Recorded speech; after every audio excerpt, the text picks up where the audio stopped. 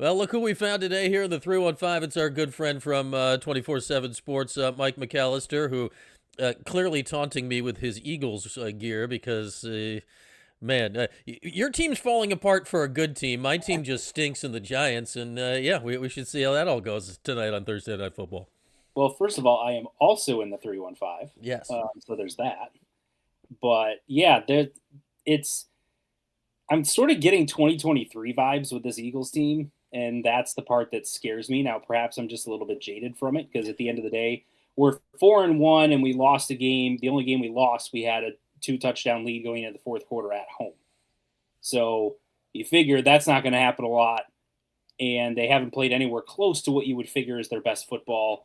So there's reasons to be positive, but I'm just very much on the like everything's going to implode, everyone hates each other, and blah blah blah. I'm in that mindset at the moment. I'm just watching Cam Scattaboo, and the rest will take care of itself. Like he's fun. The rest of the Jackson Dart hopefully doesn't stink, and then we'll figure it out down the line. I don't like the Giants' chances any week, but certainly not tonight. But here we are, Mike. Football bye week. And it happens exactly at the midway point of this season. What a great time to reset and reassess. So where are you at on this season? It's 3-3, but it's been right the tale of two things. You got the Clemson game, and go figure, like the second Steve Angeli's Achilles snapped in that game, basically it feels like the season changed. It feels like almost like a Dino season to Yeah. some extent, right? Because how many times did they start 3-0, 4-0, 5-0, whatever it is, get into the rankings? Oh, they weren't ranked at this point, but get into the rankings, start to get some national attention, and then they'd play a really good team like a Clemson, play them really tough, and even though they wouldn't win that game, they would still play well enough that you still thought pretty good about what the team is, but they'd lose their quarterback and some other players. And then the injury bug and the lack of depth would start to snowball on you. And all of a sudden the season would go off the rails. And what Yeah. looked like a season where you could win 8, 9, whatever games and finish the season ranked, go to a pretty good bowl game, have a good year, turns into a 5-7 or barely scraping by to 6-6 type year. And it kind of feels the same way, right? Because I think if Syracuse had Steve Angeli, they'd at least be 4-2 right now. Hmm. I don't think the Duke game would have been exactly the way that we saw it. It might have been a shootout, and they still might have lost, but it wouldn't have been 38-3. And SMU is not nearly what they were last year. No. That's a game where Syracuse lost because they turned it over and shot themselves in the foot. That was not a game where SMU won because they are significantly better and just outplayed Syracuse. So I feel like Syracuse with Angeli wins that SMU game. I don't want to say easily, but somewhat comfortably. And now we're sitting at a point where they're 3-3, which I think is probably where some people thought they might be at this point in the season, Yeah. with a healthy quarterback. And you've got that giant question mark. And then they've also got other injuries. Justice Ross Simmons, Devin Grant, and Deuce Chestnut are battling through some things. You got other guys out for the year. So yeah, depth is certainly a concern. And then we know what we've seen from the defensive side of the ball with the lack of pass rush and some other things. They've still got young players all over the place, and they're trying to figure out what they got at quarterback. So it's not a great situation, but I do think that this team is better suited to be able to handle it than some of those teams under Dino Babers were. Yeah, in the Dino comparison, and I've been thinking about this a lot, Mike, here for the last couple of weeks, because we've been through it, right? We've been watching it for a long time, so like, I feel like the Syracuse fan base is getting the, ah, here Here we you go go. again, and Dino exuded that. Like you could see it from him because it happened so many times. Like he would tell you, "Here we go again." Fran hasn't done that yet because this is all new to him. How important do you think that aspect of it is that while the rest of us are freaking out, at least the head guy is remaining steady right now? That's certainly important, and that's part of the culture that Fran is building, right? So it's one thing for fans and even sometimes for players to say, "Here we go again," but the guy that's the head coach of your team can never be that. Right. Even if somewhere internally they're thinking that to outwardly exude that and to state that, it almost comes across as I'm giving up. There's no way this season is going to be anything worth writing home about. And Fran Brown is definitely not taking that mindset. He's still saying, look, we got 6 games left to play. I expect we're going to win all 6 of them. Let's go and see what happens. So They've got, I think, a better coaching staff overall. They certainly have an offensive coordinator I think everyone thinks pretty highly of, who has done a really good job with two quarterbacks prior to the situation with Ricky Collins. And I still think if they can get that figured out so that he can be maybe even an average quarterback at the Power 4 level, that they're still good enough to win enough games to get to postseason play. The thing I keep going back to is 1 game and 3 quarters into Steve Angeli's season, everyone wanted him benched and wanted the guy who's playing now. 1 game and 3 quarters into the Ricky Collins experience, it wasn't going well. Then Steve Angeli had that miraculous comeback against UConn where he played really well and scored a couple of touchdowns in the fourth quarter, and they were able to come back and win that game. The difference is SMU is more talented than what UConn is. And you were a little bit further behind. You were on the road in that game, not at home. And so even though he led a couple of scoring drives in that fourth quarter, it didn't have the same impact because you didn't end up coming back and winning the game. But hopefully, what you're hoping for as a Syracuse fan is that was sort of the light bulb clicking on type of moment, and that he can carry that forward for the rest of the season and start playing better football. Fran's always interesting, too, because, I wondered if it would carry over to this year, and it has. He did it all last year with Kyle McCord. This guy's the number 2 guy in our football program. It's me, then our quarterback. Like, okay, well, maybe that's just Kyle. Well, then in the spring, Ricky Collins, right, was the number 2 guy. And then in August, Steve Angeli was, and now it's back to Ricky. So Fran is not going to publicly waver on his starting quarterback, whatever their name is. That said, 6 games left, barring injury. Let's set that aside. Do you think Ricky starts all 6 games if healthy? My guess is yes. I can't see them burning a red shirt on someone like Luke Carney, and I feel like if they thought Jakari Williams was ready or able to start for them, he would be the clear-cut backup to Ricky Collins, not Luke Carney. So the fact that you've got a true freshman that's in there right now that is at a minimum has the or designation with Jakari Williams in the depth chart, that tells me that there's not a ton of thought that if there were some type of injury or they were to make a quarterback change, that Jakari Williams would really be under serious consideration. I think it would be Luke Carney. And I can't imagine them burning the red shirt on him for that unless it got real bad, which is maybe you go down to, you play Pitt and he throws 3 more interceptions and they get blown out, and then they go play at Georgia Tech and he does the same thing and they get blown out again. So now you're essentially 4 blowouts in a row where the offense has been incompetent for 4 straight games, including a bye week in there to get extra preparation. At that point, do you say we need to make a move? And so for the last however many games, 3-4 games, you say we need to throw Luke Carney out there and see what we got and at least try to have some semblance of respectable football down the stretch of the season. I could potentially see that happening. But if I had to guess, if I was a betting man and there was some sort of prop bet on DraftKings or something like that, my bet is that it's going to be Ricky Collins for the rest of the year. Oh, we'll find you a prop bet somewhere, Mike. We may have to go out of state. There might be a guy in an alley. We'll find probably can't do it in New York. Yeah, exactly. We got our guy Mike McAllister, 24/7 Sports, and I think it's going to be interesting in many ways to see how Fran handles that. Ricky's obviously not been good. Maybe he'll improve in the bye week. That we'll all see play out in front of us. I posed this question right after the last loss. You start thinking. So let's go to the season opener 2026. And I'm going to give you these 4 options at starting quarterback for Syracuse. Steve Angeli, Ricky Collins, Luke Carney, portal guy X that we don't know who it is yet. What percentage right now would you assign to those 4 options of who is, game 1 starter for Syracuse next year when there's so much that we don't know right now? Arch Manning, 100%. Ooh. So. Let's go. It's funny. I've been sort of saying jokingly for the last couple of years, wait till Arch Manning hits the portal and Syracuse grabs him. and now with the way that Arch Manning is playing this year and given Syracuse's quarterback situation, would that be that crazy of a situation? I mean, not really. So it's just kind of funny. But in all seriousness, I'd probably put it at like 75% that it would be Steve Angeli. Even if he's not they say depending upon your recovery, Right. even if you're back and able to play, you're not necessarily at 100% yet.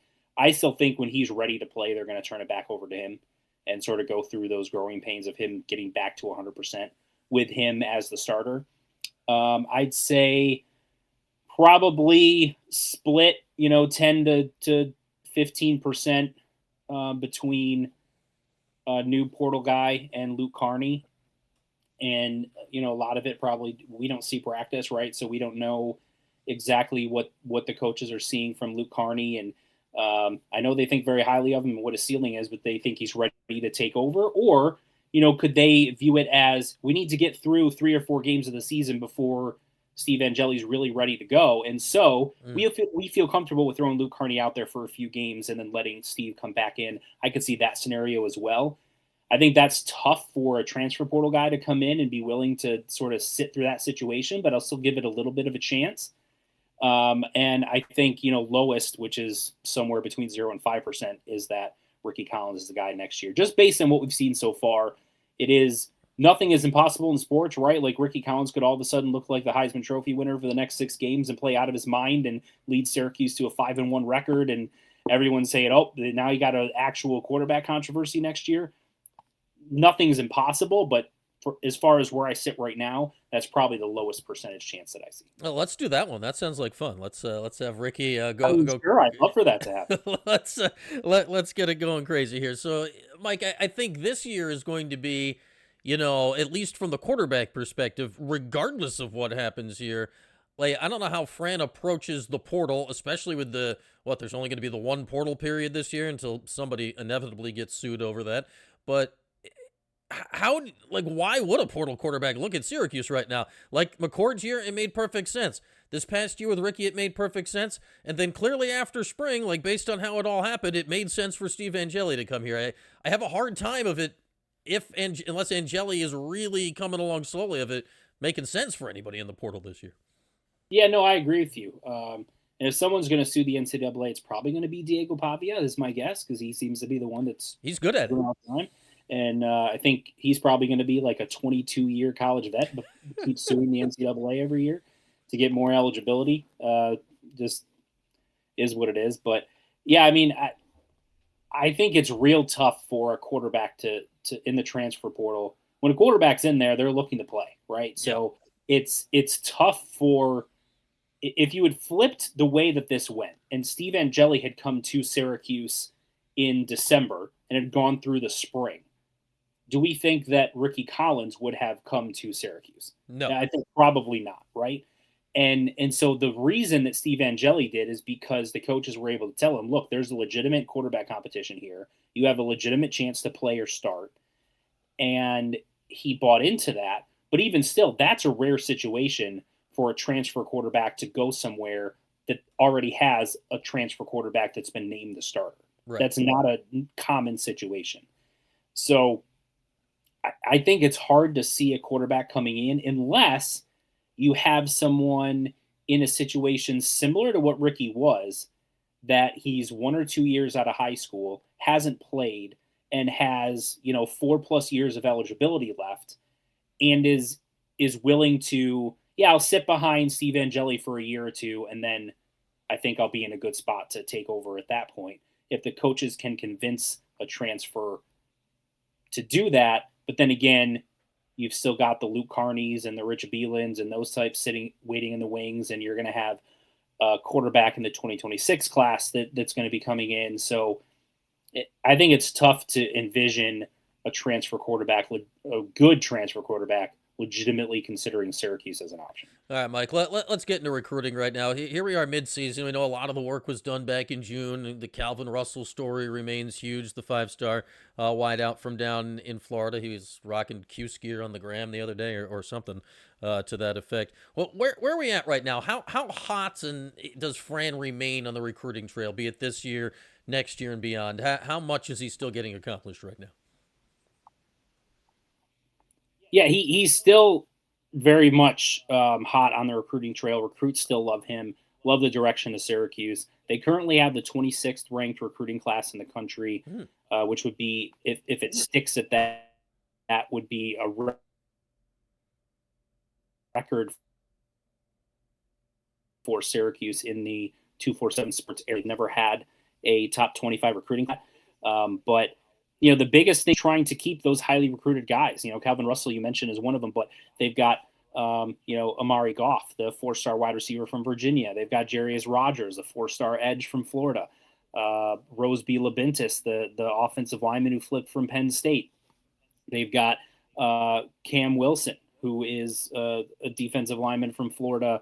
He's a 3 or a 4-star, depending on what service you're looking at. Javion Cooper, an offensive lineman from Florida. They all seem to be from Florida, but Javion Cooper, a 4-star offensive lineman from Florida, who has had, the Nebraskas and the Colorados and all these other schools continue to come after them. Cameron Wilson, the same thing. He visited Florida State last weekend for their game against Miami, and he's got Nebraska continuing to knock down his door. Now, I think most of those guys are pretty solid, but they've got a bunch of schools continuing to come after them.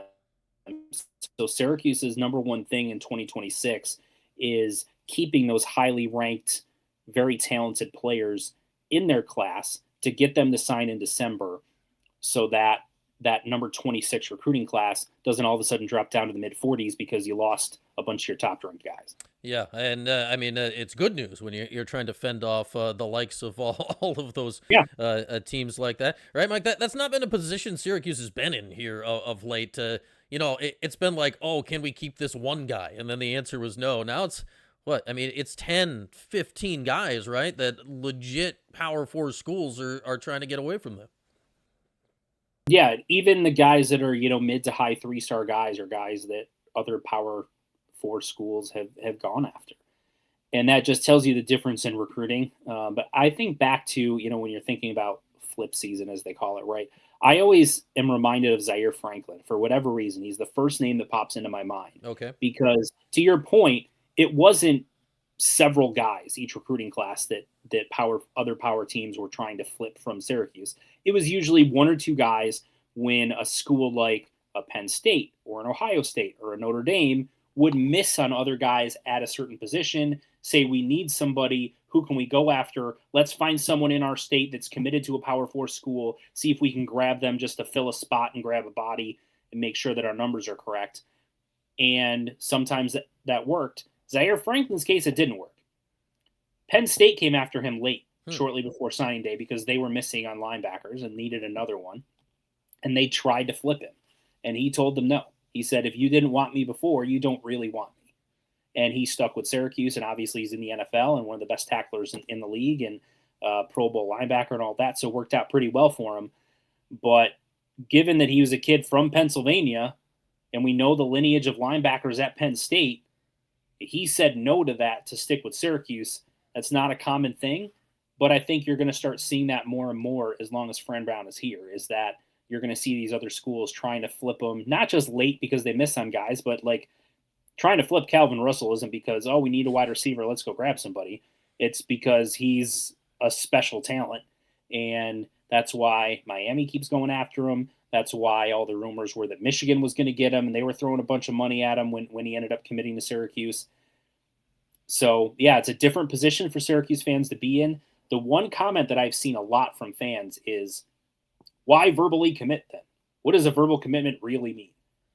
And I understand that because it's not binding, right? Mm-hmm. So players do flip. But if you look at the overall percentage of recruits that actually do end up flipping, it's like 80+% that stick with where they're committed.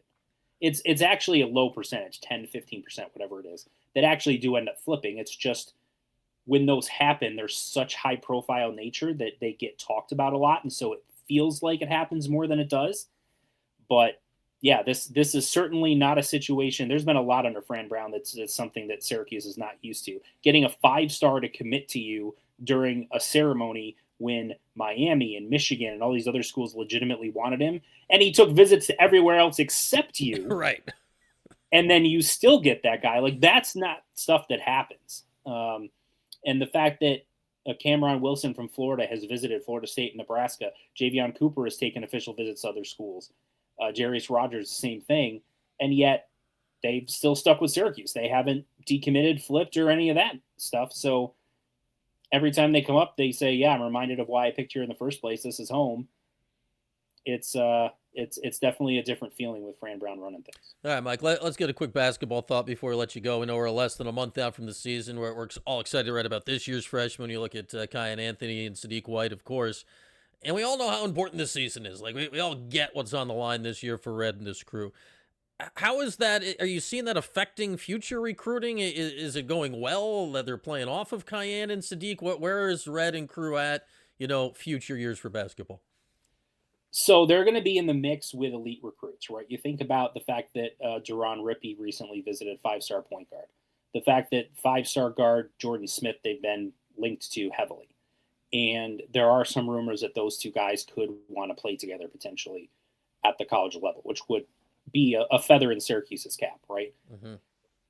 The thing is, given that you said exactly what you said, which is this is an important season for Syracuse, we know what all of that means, right? The future of Adrian Autry and all of that. That's the biggest key here. Mm-hmm. Syracuse goes out and has a good season, and they're good, and they're an NCAA tournament team, then basically you're kind of in the same spot that you've been the last couple of recruiting cycles, which is Syracuse is going to be in it for some high-level recruits, and you expect that they're going to land at least a few of those headliner-type players, whether it's the Donnie Freemans or the Kyan Anthonys, the Sadiq Whites. In this case would be the Duron Rippeys and the Jordan Smiths. So you figure that they're going to be firmly in the mix and have realistic shots at landing those types. If you have a year that's gone like the way the last year went, for example, you're not going to be in the mix for those guys right now, right, because you might be looking at potentially a new head coach. And given the comments that John Wildak has said, right, that's kind of, I think, where everyone's mindset is going into the year. I know that the coaching staff feels really good about this team going into the season on paper. I think we all look at it as saying it looks like the significant upgrade from what they've been the last couple of years. We'll see how it plays out. But if they do have a good year, then yeah, you're going to be right in the mix for those elite guys, and you can sort of keep the train rolling from that perspective. Meaningful games in March, Mike. We'll see what that means.